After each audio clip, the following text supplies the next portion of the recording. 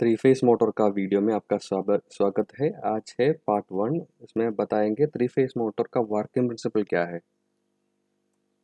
आप देखेंगे ये डीसी मोटर का वर्किंग प्रिंसिपल जो है वो ही है हमारा थ्री फेस इंडक्शन मोटर का भी वर्किंग प्रिंसिपल। उसमें क्या बताता था, कोई करंट कैरिंग कंडक्टर आपके पास है। ये तो करंट कैरिंग कंडक्टर सोचो, उसमें करंट फ्लो होता है और करंट है आई, और मैग्नेटिक फील्ड में प्लेस्ड है, तो मैग्नेटिक फील्ड भी है। ओके, और आपको जानकारी होगा N to S magnetic field भी होगा।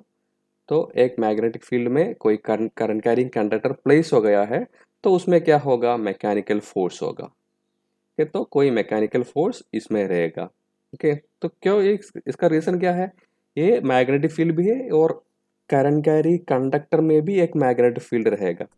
करंट कैरिंग कंडक्टर में भी एक मैग्नेटिक फील्ड रहेगा, है क्या, करंट कैरिंग कंडक्टर में मैग्नेटिक फील्ड, दोनों मैग्नेटिक फील्ड इंटरेक्ट करेगा। और उसके साथ आपको जानकारी है मैग्नेटिक फील्ड दो है तो दो वो काट नहीं करेगा, दूसरे को काट नहीं करेगा, तो ये कंडक्टर को एडजस्ट करना पड़ेगा। तो दोनों करंट फ्लक्स ये मिलजुल के ये कंडक्टर को मूव करेगा, उसको एक फोर्स मिलेगा। तो ये है डीसी मोटर का और अपना थ्री फेस इंडक्शन मोटर का भी वर्किंग प्रिंसिपल। कोई current carrying conductor magnetic field में रखे तो कुछ मैकेनिकल फोर्स उसमें डेवलप होगा। देखेंगे हम स्टेटर कैसा है थ्री फेस मोटर में। ये है इस थ्री फेस मोटर का स्टेटर, उसमें बहुत सारा पोल्स और वाइंडिंग दिया होगा। ओके, अभी ये थ्री फेस मोटर का वाइंडिंग स्टार कनेक्शन होगा ऐसा, और भी डेल्टा कनेक्शन भी हो सकता है। आपको जानकारी है स्टार और डेल्टा का कनेक्शन थ्री फेस में क्या है। ओके, ये स्टार है और डेल्टा भी हो सकता है। ओके, और थ्री फेस में क्या होता है, थ्री फेस में करंट कैसा है, उसके फ्लक्स कैसा है, वो आपको जानकारी होना इम्पोर्टेंट है। तो पहले आर आर में मैक्सिमम फ्लक्स आता है, और उसके बाद येलो में फ्लक्स आता है, उसके बाद बी में।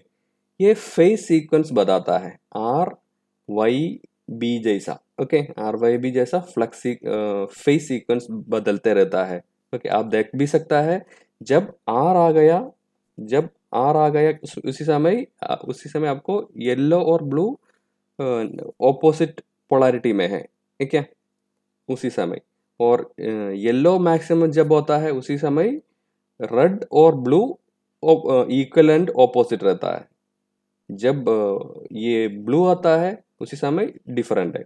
आपको ये समझ सकता है 120 डिग्री में ये पूरा वेव्स सेपरेट कर दिया है। 120 डिग्री फेस डिफरेंस है सभी का। और उसके साथ साथ इम्पोर्टेंट ये है, ये फेस सीक्वेंस बताए तो एक समय आर आर को मैक्सिमम होता है, उसके बाद वाई को मैक्सिमम होता है, उसके बाद ब्लू को मैक्सिमम होता है। सभी एक ही समय में आएगा ही नहीं, फ्लक्स चेंज करता ही रहता है ये करंट के अनुसार। और थ्री फेस में 120 डिग्री का फेस डिफरेंस बताता है। ओके, तो फेस डिफरेंस 120 है। क्या है 120, आप देख सकता है ये 0 और 120 दोनों लाइंस 120 डिग्री का डिफरेंस है। ओके, अभी देखेंगे हम एक स्टेटर। एक स्टेटर मान सकता है आपका एक मोटर का। इसमें क्या होता है, बाजारा वाइंडिंग दिया है, और आपको वाइंडिंग भी देख सकता है। ये स्टेटर में वाइंडिंग दिया है, और वाइंडिंग का नाम आपको क्या देख सकता है इसमें, ये पहले ब्लू, बी, और येलो, रेड, ऐसा बहुत सारा वाइंडिंग से B Y R Y B जैसा वो ही है B Y R B. Okay, B Y R दे सकता है हमें एक फेस सीक्वेंस है, और दूसरा फीकस क्या रखता है, दोनों चेंज करें तो बी आर वाई। एक बार रखें, आई राइट, एक बार और लिखेंगे, ब्लू, येलो और रेड, एक फेस सीक्वेंस है आपको इधर मिला है। और दूसरा पॉसिबल फेस सीक्वेंस ये ही है, बी आर वाई। आप दोनों को चेंज कर दीजिए, इंटरचेंज कर दीजिए, तो उसका फेस सीक्वेंस चेंज होगा। थ्री फेस सिस्टम में आपको दो पॉसिबल कंडीशन है फेस सीक्वेंस का, बी वाई आर और बी आर वाई। ओके, आपको कैसे बदल सकता है, दोनों फेस इंटरचेंज करो तो दूसरा ऑप्शन आएगा। वो दो ही पॉसिबिलिटी है और कुछ पॉसिबिलिटी आपको नहीं मिलेगा। तो थ्री फेस मोटर में आपका वाइंडिंग दिया है, उसमें फ्लक्स सोच लेंगे। अभी पहला आ गया आपका ये ब्लू में मैक्सिमम वाला, ब्लू में मैक्सिमम फ्लक्स आ गया। बाकी सभी में इतना नहीं रहेगा। जब ब्लू में मैक्सिमम है, येलो और रेड में उतना नहीं आएगा, है क्या। तो ये ब्लू में अभी मैक्सिमम है। कुछ देर बाद क्या होता है, येलो में मैक्सिमम आएगा। कुछ टाइम के बाद 120 डिग्री डिफरेंस के बाद क्या होगा, रेड में आएगा। तो ब्लू, येलो और रेड अभी आ गया। ऐसा कंटिन्यू करता है, ब्लू येलो रेड ऐसा कंटिन्यू करेगा, ब्लू येलो रेड। ओके, तो अब देख सकता है ये कैसा है। आप देखिए तो ये रोटेटिंग जैसा दिखता है। फ्लक्स क्या करता है, रिवॉल्व करता है यानी रोटेट करता है। तो उसको बताता है क्या, रोटेटिंग मैग्नेटिक फील्ड। स्टेटर में होने वाला रोटेटिंग मैग्नेटिक फील्ड, ये इंपॉर्टेंट है। तो ये फ्लक्स रोटर का, ये रोटर दिखाता नहीं, ये फ्लक्स का इंडिकेशन है। ग्रीन वाला फ्लक्स का इंडिकेशन है, ये स्टेटर का। स्टेटर फ्लक्स ऐसा रोटेट करता ही रहता है, उसको बताता है रोटेटिंग फ्लक्स। ओके, ये स्पीड होगा, इसका स्पीड कुछ होगा, उसको बताता है सिंक्रोनस स्पीड यानी एनएस। सिंक्रोनस स्पीड यानी एनएस। ओके, तो सिंक्रोनस स्पीड क्या है, रोटेटिंग मैग्नेटिक फील्ड का स्पीड है। उसका इक्वेशन हमको बता सकता है 120 एफ बाई पी। तो ये स्टेटर में होने वाला रोटेटिंग मैग्नेटिक फील्ड का स्पीड का नाम है सिंक्रोनस स्पीड, और उसका इक्वेशन है 120 F by P. What is F, क्या है एफ, तो फ्रीक्वेंसी है, पी तो क्या है, पोल्स है। स्टेटर में कितना पोल्स है उसका नंबर है पी। तो पी कम हो गया तो, पी कम हो गया तो आपका सिंक्रोनस स्पीड ज़्यादा होगा। ओके, अभी फ्रीक्वेंसी ज़्यादा है तो उस दिशा में सिंक्रोनस स्पीड ज़्यादा होगा। अभी ये रोटेटिंग मैग्नेटिक फील्ड है। अब अभी ये देखना है ये रोटर में क्या होगा, इसी समय में रोटर में क्या होगा। और सोचो ये एक रोटर इधर डाल दिया है, आपके पास एक स्क्विरल गेज रोटर है, टोटली क्लोज्ड है, एक कंडक्टर बन गया। तो उसमें कुछ कंडक्टर भी है। ओके, अब आपको जानकारी है उसमें कंडक्टर रहेगा। तो रोटर में अभी कंडक्टर है, रोटर में कंडक्टर है और रोटेटिंग मैग्नेटिक फील्ड में हो, तो क्या होगा, उसमें कुछ ईएमएफ इंड्यूस होगा।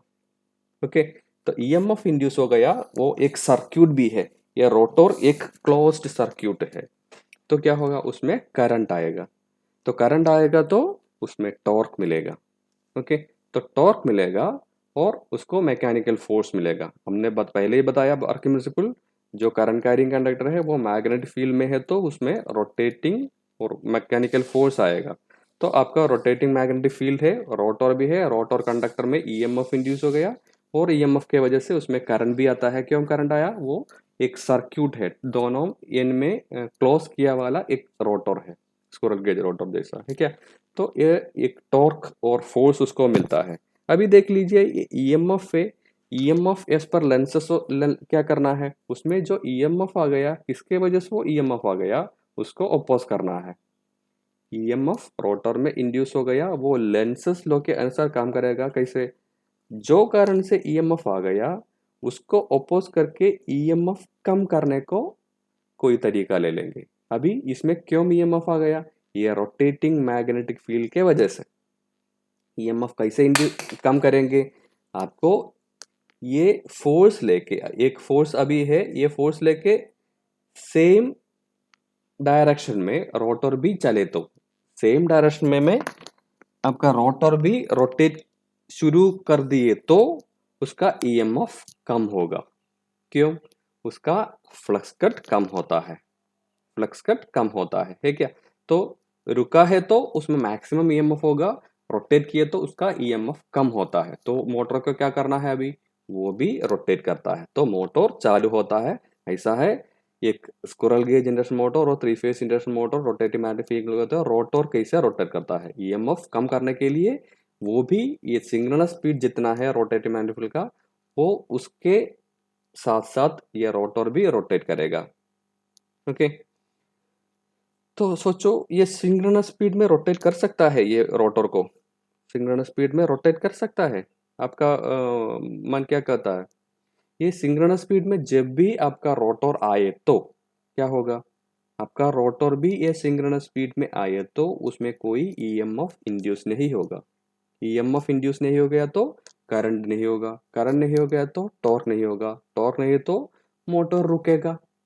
तो सिंक्रोनस स्पीड में जब रोटर आता है वो रुकेगा, रुकेगा तो क्या होगा, फिर भी ईएमएफ मैक्सिमम इंड्यूस होगा, उसको आगे रोटेट करना ही होगा। तो ये कोई एक परमानेंट स्टेबल कंडीशन नहीं है, ये रुकेगा तो और भी रोटेट करना पड़ेगा, रोटेट करे तो सिंक्रोनस स्पीड आए तो और भी रुकेगा। तो ये मानना है इंडक्शन मोटर में रोटर कभी समय में क्या नहीं बनेगा, सिंक्रोनस स्पीड में कभी समय रोटेट नहीं करेगा। इंडक्शन मोटर में आपका रोटर कोई समय में सिंक्रोनस स्पीड में रोटेट नहीं करेगा, सिंक्रोनस स्पीड से कुछ कम स्पीड में वो रोटेट करेगा, सिंक्रोनस स्पीड से कुछ कम स्पीड में वो रोटेट करेगा। ओके, तो उसको एक नाम भी बता सकता है इंडक्शन मोटर को, असिंक्रोनस मोटर। सिंक्रोनस नहीं है, उसको बताता है असिंक्रोनस मोटर। अभी जो बताया वो देखेंगे। अभी कोई सप्लाई नहीं है तो रोटर में कोई ईएमएफ नहीं है, अभी कोई सप्लाई नहीं है तो रोटर रुका है। ओके, और उसके बाद सप्लाई जस्ट दे दिया, सप्लाई दे दिया तो क्या है, अभी भी रोटर चालू नहीं हो गया है लेकिन फ्लक्स आ गया। जब फ्लक्स आ गया उसमें ईएमएफ इंड्यूस करने के लिए शुरू कर दिया रोटर को, अभी कुछ करना ही है, ठीक है। तो ये फ्लक्स अभी काट करता है, फ्लक्स काट कट किया तो ये स्टेबल कंडीशन नहीं, जब फ्लक्स आ गया ईएमएफ आता है, ईएमएफ कम करने का तरीका लेना है रोटर को। अभी क्या करेगा, ये रोटेटिंग फ्लक्स देख लीजिए, रोटेटिंग फ्लक्स पहले ब्लू में था, अभी येलो में आ गया। तो उसके साथ साथ स्लो स्पीड में शुरू करना है मोटर का रोटेशन। अभी मोटर स्लो स्पीड में रोटेशन शुरू कर दिया जैसा आपका रोटेशन है, लेकिन अभी स्पीड कुछ भी अच्छा आ गया तो ज्यादा ईएमएफ नहीं आएगा, ईएमएफ कुछ कम होगा। आगे स्पीड जितना भी इंक्रीज करता है क्या होगा, उसका ईएमएफ बहुत कम होगा, वो ही उसका मैक्सिमम अच्छा कंडीशन। सो अभी क्या करता है आपका रोटर, मैक्सिमम स्पीड में रोटेट करता है लेकिन वो सिंक्रोनस स्पीड में कोई समय चालू नहीं होगा। ओके, तो ऐसा रोटेट करेगा मैक्सिमम स्पीड में। अभी रोटर स्पीड और सिंक्रोनस स्पीड में जो बताया एक बार देखेंगे क्या क्या बताया। अभी रोटर स्पीड सभी समय सिंक्रोनस स्पीड से कम होगा, सिंक्रोनस स्पीड में नहीं रोटेट किया क्यों बताता है अगले सेक्शन में। सिंक्रोनस स्पीड में आ गया तो कोई फ्लक्स कट नहीं रहेगा रोटर में, कोई फ्लक्स कट नहीं है तो कोई ईएमएफ इंड्यूस नहीं होगा, ईएमएफ इंड्यूस नहीं होगा तो करंट नहीं होगा और टॉर्क भी नहीं होगा। तो क्या होगा, स्टैंड स्टिल होगा। स्टैंड स्टिल जब होगा रोटर में ज्यादा फ्लक्स कट होगा, जब ज्यादा फ्लक्स कट होगा या फिर भी रोटेशन शुरू करना ही है। तो रोटेशन शुरू करना है तो वो अनस्टेबल कंडीशन मानता है। तो क्या होगा, सभी समय आपका थ्री फेस इंडक्शन मोटर का रोटो सिंक्रोनस स्पीड से कम स्पीड में रोटेट करता है। ओके, ये बताता है। अभी आपने देखा लेफ्ट साइड में रोटेशन आ गया। अभी आपका फेस सीक्वेंस, ये आर बी वाई सोचो, आर बी वाई जब आप आर वाई बी बनाता है, आर वाई बी बनाता है आपको ये थ्री फेस मोटर का डायरेक्शन ऑफ रोटेशन चेंज कर सकता है। तो फेस सीक्वेंस बदल बदल के आपको क्या कर सकता है, उसको डायरेक्शन ऑफ रोटेशन चेंज कर सकता है, क्योंकि ये रिवॉल्विंग मैग्नेटिक का फील्ड का डायरेक्शन आप चेंज करता है। जब आप फेस सीक्वेंस चेंज करता है आप क्या करता है, तो उसका rotating magnetic field stator magnetic field का डायरेक्शन चेंज करता है, और आपका डायरेक्शन ऑफ रोटेशन ऐसा चेंज कर सकता है थ्री फेस मोटर में, उसका फेस सीक्वेंस चेंज करके, यानी दोनों फेस इंटरचेंज करके।